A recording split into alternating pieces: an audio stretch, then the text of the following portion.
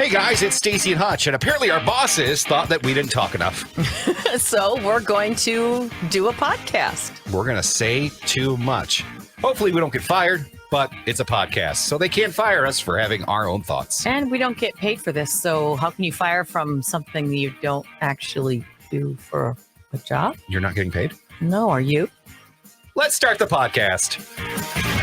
Ladies and gentlemen, welcome to Staci and Hutch Say Too Much, powered by Mattress Galaxy. Yay! Yay! Thank you, Mattress Galaxy. Ross is here. He's just not on camera. We don't have enough cameras in the studio. I think the ladies of the metro area are very happy. Oh, come on. But we are excited. The reason why... Ross is a looker. Ross is a looker. Well, thank you Yes. very much. We should have him back every week. Yeah. I think so. I think Ross has a new best friend. But we are here with Chef Ed Porter from the newest Netflix show, Pressure Cooker. Ed, welcome, man. Thank you for having Do you like being called chef?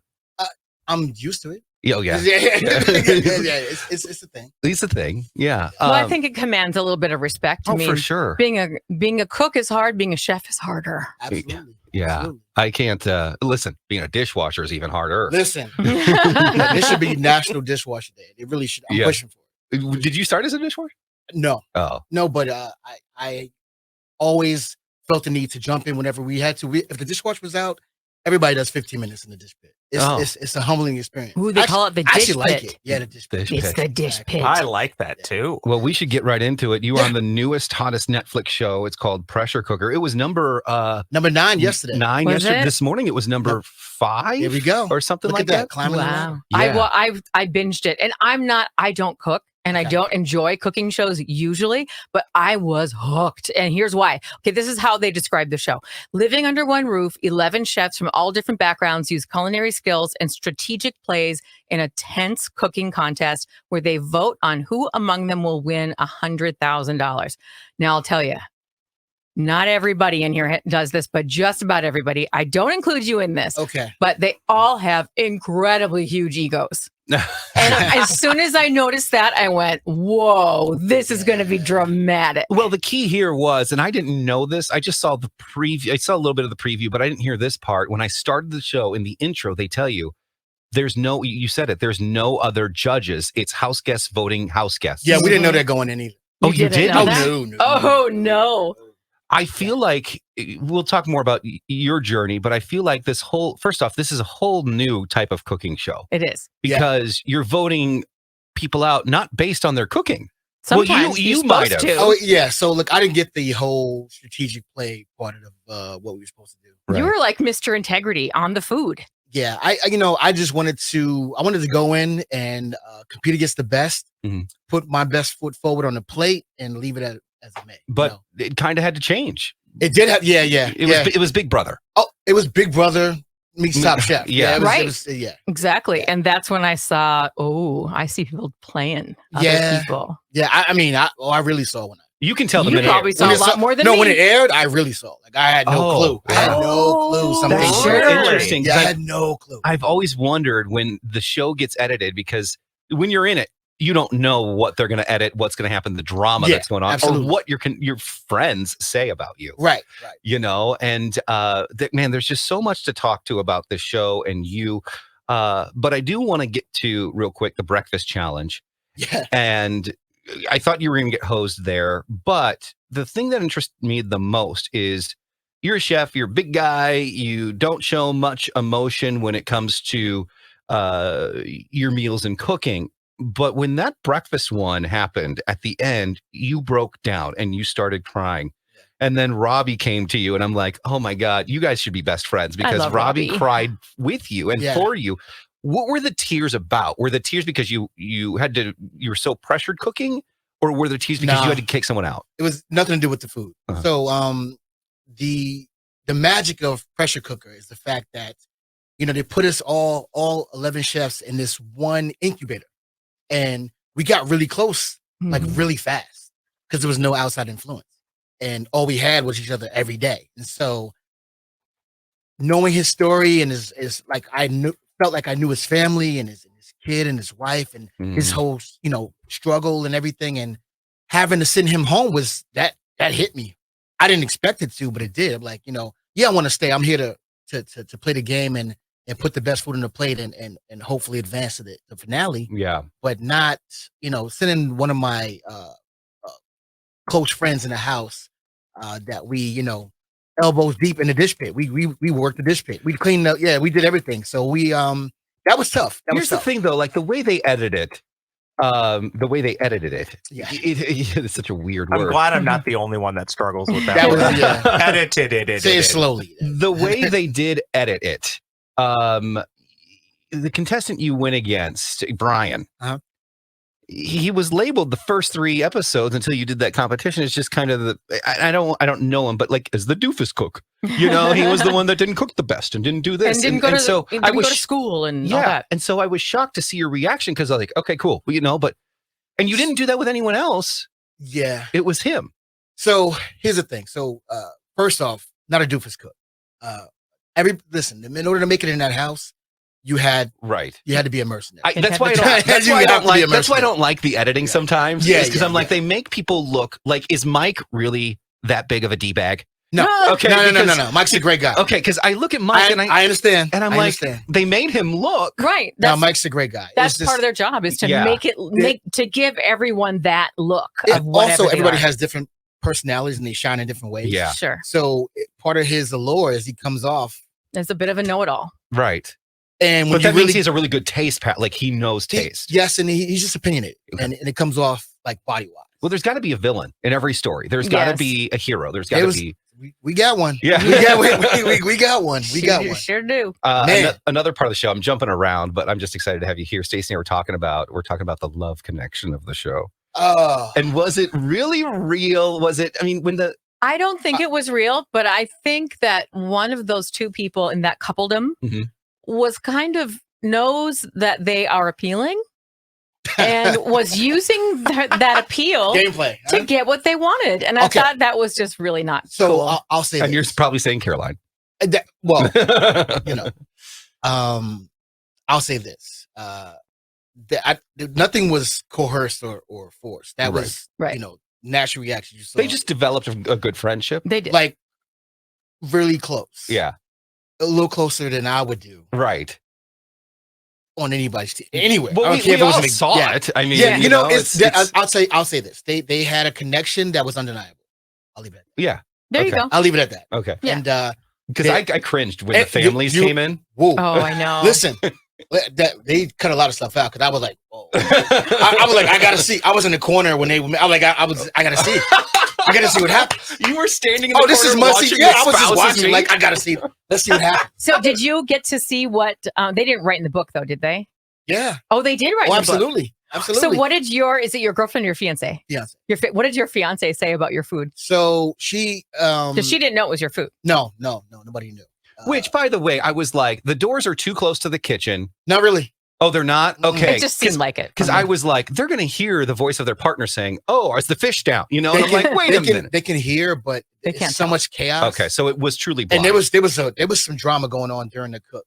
Really? They edited that out. Oh. Yeah, there was some F-bombs dropped. It was a real kitchen. It was a real kitchen. All right. It was good time. Okay, what did she say? Did she love it? No, she loved it. Yeah. Actually, I got rave reviews on my. What was your dish again when the I family did the dual soup. Oh, okay. Got it. Yeah. Yes. So is soup hard to make because there's so many flavors that go into soup? Yeah. As opposed to really meat. I hate the word soup.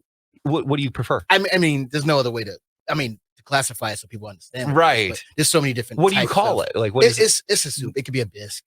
Bisque? Okay. But kind of undermines it. Okay, that's what I was going to ask. Is soup just too general and broad? Only for what because it is? of what the average person deems it to be, which is why when I talked about it, like it's not not a pop top from the can thing, and it gets a. I love making and taking seemingly meaningless things and making them fabulous. That's I think well up it a notch. That's why let's go to 2014 and Guys Grocery Games. That is a competition of taking something meaningless and making it something fabulous. Absolutely. And so between Pressure Cooker and Guys Grocery Games, 2 completely different shows. So let's just talk about the cooking of the shows. Right. Which one was harder? I would definitely say Pressure Cooker. Really? Definitely. Even though you kind of knew you had a game plan going into each, for the most part, you had a game plan going to each, where Guys Grocery Games, you didn't? So you had to battle with yourself on, do I show my hand? Do I make the best, or do I hold back a little bit? Because I don't know. That's the game. People weren't voting on the best dish and in pressure cooker. And that was annoying to me. Depending, not everybody was. Yeah. So they were, and then it's the interpretation of the challenge. So to me, like the cheese challenge, Mike didn't vote the way that I thought that I would have voted. Right. He didn't want to taste cheese. Right. Mm-hmm. The challenge was cheese forward. But the challenge was also dessert. Wasn't it dessert? Dessert cheese, but Dessert it was cheese forward. Oh, So to me, you need to taste cheese. that's Yeah. just me. Yeah.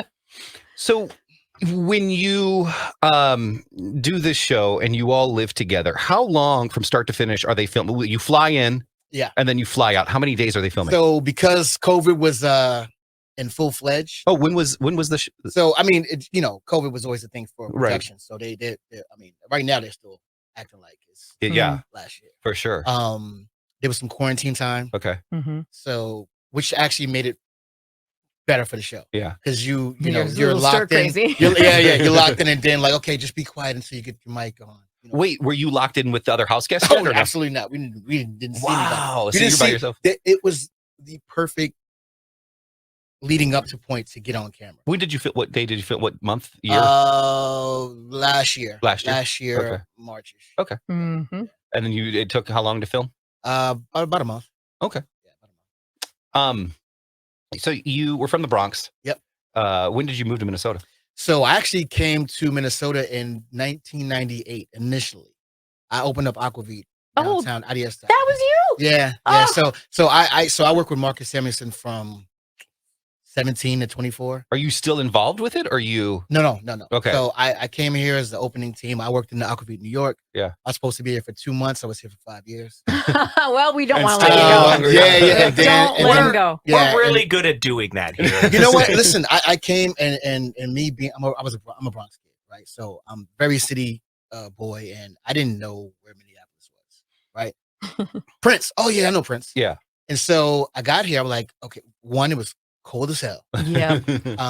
But I loved it, and we're talking about at that time. It was very much a buffet meat and potato town, Mhm. and so it was literally Goodfellows, Mm-hmm. Murray's, Mm-hmm. us, Yeah. and we were like fine dining, like yeah. fine dining is today, but now it's the food scene is bustling. Yes. Yeah. So what are you involved in now? What So I do a lot of consulting. So I opted out. So I had you don't have like a physical restaurant that No, you no, own no, right no, now? So I'm gonna have to go to your no. house if I'm gonna No. get good food so from you. there's some things in the works, but I strategically parlayed out of day-to-day stuff Mhm. like that right before COVID. It was the best thing. Wow. Right, like How about divine that for intervention. timing? Like divine Yeah. intervention. Yeah, So that was smart. do a lot of consulting and private stuff. But a long time ago, I segued into being able to make decisions on how things flow. Mhm. Mhm. Still keep my hands on the food. I love that part of it, and I got some things coming up in the works, and we'll see what happens. Well, But, Stacey and I are always great taste testers. you know what? We I really already are. said. Listen, I told Ross that I would make sure I will bring some stuff back. I'm just gonna drop it off. Oh, listen. Drop it. Listen. We'll make things. I'm known as a super taster. We might listen. We might throw together. We might throw together a little cooking competition between you guys. Hey, we'll do that. And, You can do that. and like, Listen, I'll bring the stuff, and then listen. You guys can. You already told me you make nothing but reservations. So I'll tell You you, said- no. you said- This girl, I think she says she doesn't cook. Okay. That's true. She doesn't cook, but that doesn't mean you're not a good cook. True. Because everything I've had of hers, you Yeah. will not believe this. She makes a great hot dog soup. Yes. Yes. I was gonna say this. what and is the base of your hot dog soup? I'm curious. It was a cream based. Okay, It's Okay. parsnips. We had parsnips Some and potato. carrots. that's already elevated. Nobody's putting parts. Well, then you put hot dogs in it. And I then, mean, yeah, class it down a little bit. Yeah, Take the okay. hot dogs out, and I think it'd be really good. Let's just call them sauce. oh, there you go. See, there you go. It already classes it up. What dish did you make that brought some Minnesota into the dish to pressure cooker? So if people are watching the show, they'll know. Oh, that's a Minnesota dish. I think the soup, just The because of season how it was, challenge. just because of how it was done. Yeah. And I had my hands on a lot of other stuff other than the soup, but the soup, how it was done, the flavor profiles, the fact of it being as hearty as it was, elevated hot dish, if you will, without Got it. I think that would, because they had all the components. My favorite line, do you remember this in the episode? My favorite line with him and Brian was, and he said this in the confessional, he goes, "You can't have mushy asparagus." You know? You're like trying to peel it again. Oh my God. And you know what's funny? Right, I never think about it, but I'm like, you're right. I wouldn't want to eat mushy asparagus. And you're sitting there with 5 minutes left. Sat there too long. It was. How well aware of you, or how well aware were you of the other chefs? And I'm assuming you probably made some lifelong friends in the process here. Absolutely. Maybe some you wouldn't want to see again, but I'm assuming some lifelong I'll friends. say that I have. I'm that guy. I have a good relationship with all of them. Like Great. I love that. I love them all in their different ways. Some of them obviously closer with, but all phenomenal chefs first and foremost, and in their own ways, great people. And I had a blast. I wouldn't change it. Besides you, I would want to be friends with Renee. Renee's awesome. Renee. So listen, and she seems like a really good cook. Renee is phenomenal. Yeah. And that, like, we had a New York connection. Yeah. But then she's just an awesome person. And we were battling with footwear. She tried to. She tried to. I mean, like, there's no hands down. There's no way. I think you'd be a really good host for a show. I think so too. Do you have an agent, or do you have people reaching out to you? I have people reaching out, and so I went through all this stuff with Grocery Games, right? Yeah. This is on a hyper level. This is higher than Grocery Games, you just think? because of the time right now, the moment, and how we survived on social media during the pandemic. So it's hyper focused now. So like, that is life. Like, I don't know people that watch the news anymore.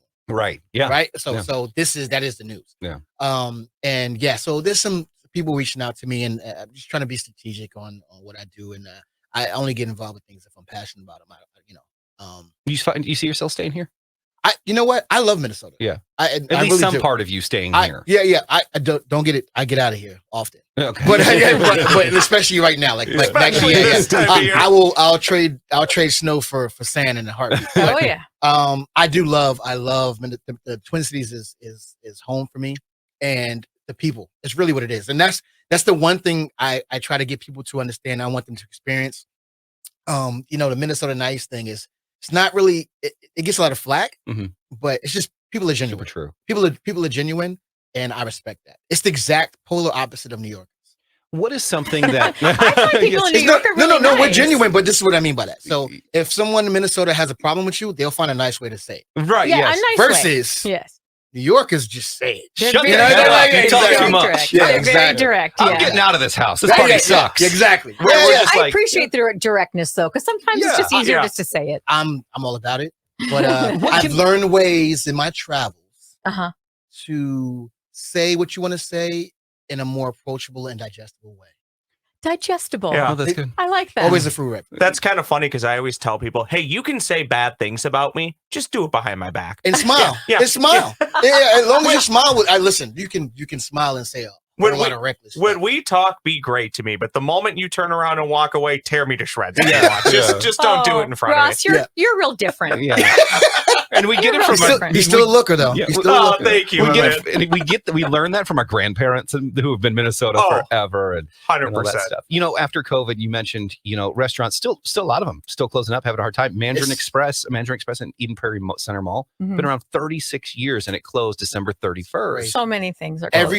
Every week, I'm still one of those guys that reads the actual paper, but every week there's there are closures like Staples. Yeah. Do you find it? What do you find that Minnesotans can do, some people locally, to support the restaurant? Besides, I don't know, we always hear, go buy a gift card, go visit them. I'll tell you what I did. So me and my family, on purpose, during it, every single 3 days or so, we would go and support local mom and pop, if you will, restaurants, and just buy.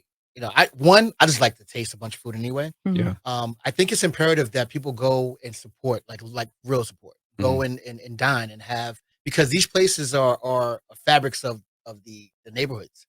And we're not talking like chain restaurants. Chain restaurants do have support from corporate level, right? Where business owned, mom and pops, as you say, locally owned, they don't have that support, and the restaurateurs are the support, right? And if they didn't transition really quickly into takeout, like immediately, they missed the boat. There you go. What a great guy. Yes. I was hoping that we would have had time, but I don't think we do. Because I don't know if you got that from Ross, but he has music that he does, and he did this sweet rap. I wonder. Oh yeah, sorry, yeah. It's really good. This is our longest podcast ever. I know it's almost an hour. Yeah, but we do have to thank Mattress Galaxy real quick here. Yes. They've got first off their new location, which it's funny because no matter where you live in the metro, you can go to a Mattress Galaxy and it's not going to be far. There's one in Hudson, Hastings, New Richmond, and now Woodbury. And right now, of course, we're doing this podcast in January of 2023. So if you're listening outside of that time, well, this might not still stick. They always have something though. Yes, right now they are doing their rock bottom pricing on last year's inventory. So if you want to get a really good deal right now, it's the time to shop at Mattress Galaxy. Let Mattress Galaxy's non-commissioned sales consultants help you find the perfect mattress for you. And then you can start the year off right with absolute rock bottom pricing on last year's stuff. So, and the only change really most of the time is just like the fabrics that are on the coverings. So really you're getting the same great stuff that you'll get, with the new stuff, unless they've made some major changes to some of the mechanisms. But now's the time to buy. So stop by Mattress Galaxy so you can sleep better now. And I'll tell you that, when I watched your cats, and I was able to see the bed frame that you have. Well, it's not a frame. It's it goes up and down. Oh, the base. The base. Yeah, I'm telling you, I'm like, oh, these people did it right. They did. Oh, so it is very check them nice. out. We thank them again for everything. Well, there you go. It was a great show, super exciting. So one of my favorite podcasts. So we don't have time for our little our little we challenge don't. together. We don't. But we'll see you next time. Next time with Staci and Hutch. Say too much. Bye, everybody.